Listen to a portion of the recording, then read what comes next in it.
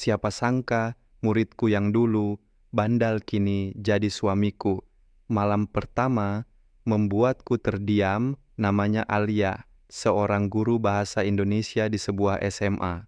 Alia dikenal sebagai sosok yang tegas di kelas, tapi di balik ketegasannya, ia punya hati yang lembut dan penuh kesabaran. Baginya, mengajar bukan hanya soal memberikan ilmu, tapi juga tentang membentuk karakter murid-muridnya. Di antara banyak murid, ada satu yang selalu membuatnya pusing, Raka. Raka terkenal bandal, sering terlambat, suka membolos, bahkan beberapa kali ketahuan merokok di belakang sekolah. Tapi entah kenapa, Alia selalu punya perasaan berbeda ketika menegur Raka. Ia tahu, di balik kenakalan itu, ada sesuatu yang disembunyikan. Kadang, Alia melihat Raka duduk sendiri di kelas dengan tatapan kosong. Dan setiap kali itu terjadi, hati kecil Alia berbisik, anak ini sebenarnya butuh perhatian, bukan sekadar hukuman. Suatu hari, Raka pernah dipanggil ke ruang guru karena ketahuan berkelahi.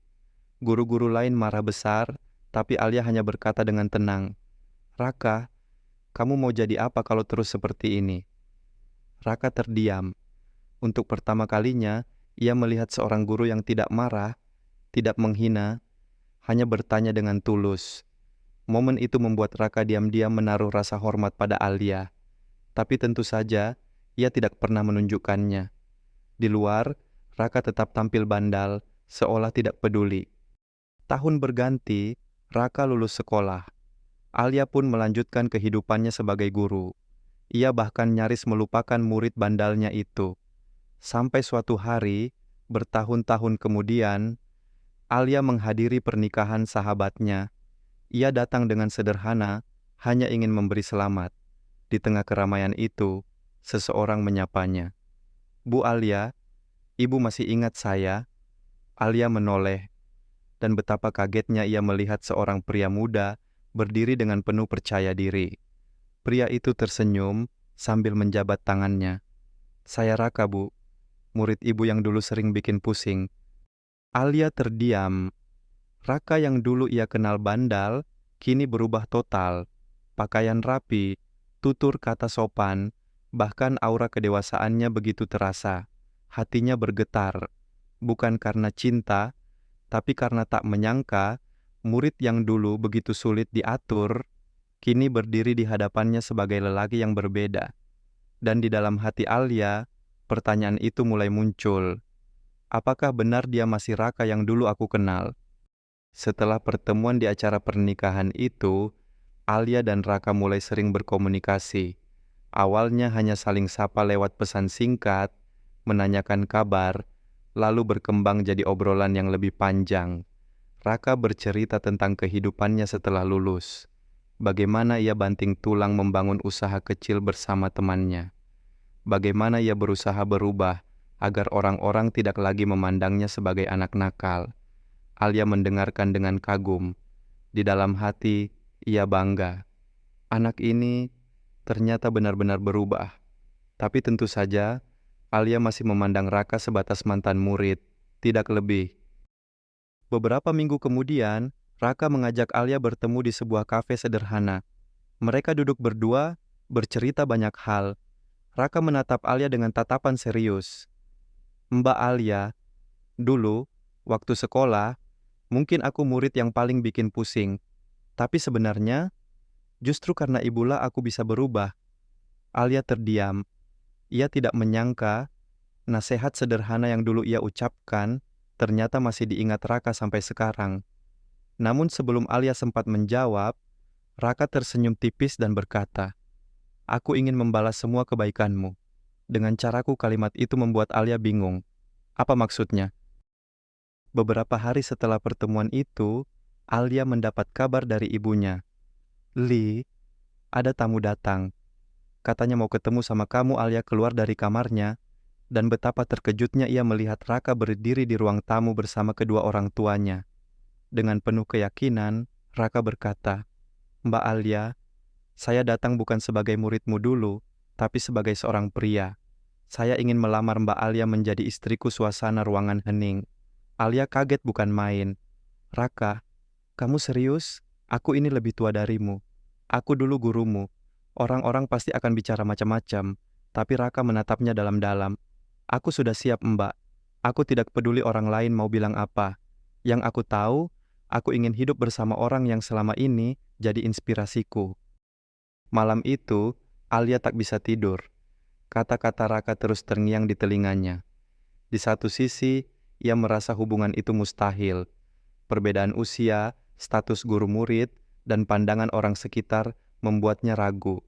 Di sisi lain, hatinya mulai goyah melihat ketulusan Raka. Apakah aku berani melangkah sejauh ini? Gumamnya pelan. Air matanya jatuh, bukan karena sedih, tapi karena ia benar-benar bingung memilih jalan yang tepat. Di tengah kebimbangannya, Alia menatap langit malam dari jendela kamarnya.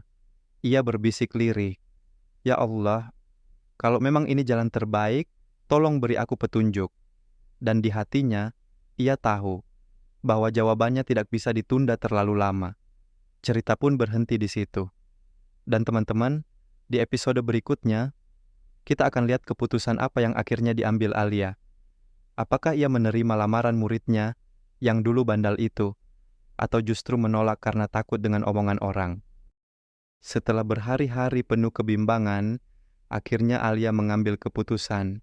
Ia mengumpulkan keberanian, lalu berkata kepada Raka, "Kalau kamu benar-benar yakin, aku terima lamaranmu." Raka tersenyum lega, matanya berkaca-kaca. "Aku janji, aku nggak akan pernah buat Mbak Alia menyesal." Namun, keputusan itu bukan tanpa konsekuensi. Berita pernikahan seorang guru dengan mantan muridnya cepat menyebar. Ada yang mendukung, tapi lebih banyak yang mencibir. Masak iya guru menikah sama muridnya sendiri? Beda umur jauh, pasti nggak akan langgeng. Alia hanya bisa menunduk mendengar semua omongan itu. Tapi Raka selalu menenangkannya. "Kita nggak hidup dari mulut orang, Mbak. Kita jalani saja, buktikan sama mereka." Hari-hari berikutnya diisi dengan persiapan pernikahan. Meski sederhana, keluarga Raka dan Alia sama-sama mendukung penuh. Namun setiap kali Alia mencoba tersenyum, selalu ada rasa was-was di hatinya. Apakah ini benar-benar keputusan yang tepat? Suatu malam, ia bahkan menangis di pelukan ibunya. "Ibu, aku takut. Takut nggak bisa jadi istri yang baik, takut orang akan terus menghina." Ibunya menepuk pundaknya dengan lembut. "Li, menikah itu bukan soal siapa yang bicara, tapi siapa yang ada di sampingmu. Kalau dia tulus, itu sudah lebih dari cukup." Akhirnya, hari yang ditunggu tiba. Alia mengenakan gaun pengantin sederhana namun anggun. Raka berdiri gagah di pelaminan dengan senyum lebar. Di antara para tamu, terdengar bisik-bisik yang menusuk hati. Tapi di hadapan semua orang, Raka menggenggam tangan Alia erat dan berkata pelan, "Mulai hari ini, aku janji akan selalu ada untukmu." Kalimat itu membuat hati Alia bergetar. Untuk pertama kalinya, ia merasa sedikit lebih tenang. Setelah akad selesai, banyak tamu menyalami mereka. Ada yang tulus mengucapkan selamat, ada juga yang hanya tersenyum sinis, tapi di tengah semua itu, Alia menatap wajah Raka. Ia melihat ketulusan yang begitu dalam. Mungkin benar, orang boleh berkata apa saja, tapi hanya aku yang tahu siapa dia sebenarnya, batinnya. Malam itu, setelah pesta usai, Alia duduk di kamarnya. Ia menatap cincin di jarinya, lalu berbisik lirih, "Ya Allah, aku mohon, bimbinglah rumah tangga kami." Dan teman-teman, meski pernikahan itu sudah resmi, cerita mereka baru saja dimulai. Karena di malam pertama itu, sesuatu terjadi yang membuat Alia benar-benar terdiam. Malam itu, setelah pesta usai, rumah sudah sepi. Alia duduk di tepi ranjang dengan jantung berdebar. Pikirannya penuh dengan keraguan. Apakah aku bisa menerima Raka sebagai suamiku? Apakah aku benar-benar siap? Sementara itu, Raka masuk ke kamar dengan wajah tenang.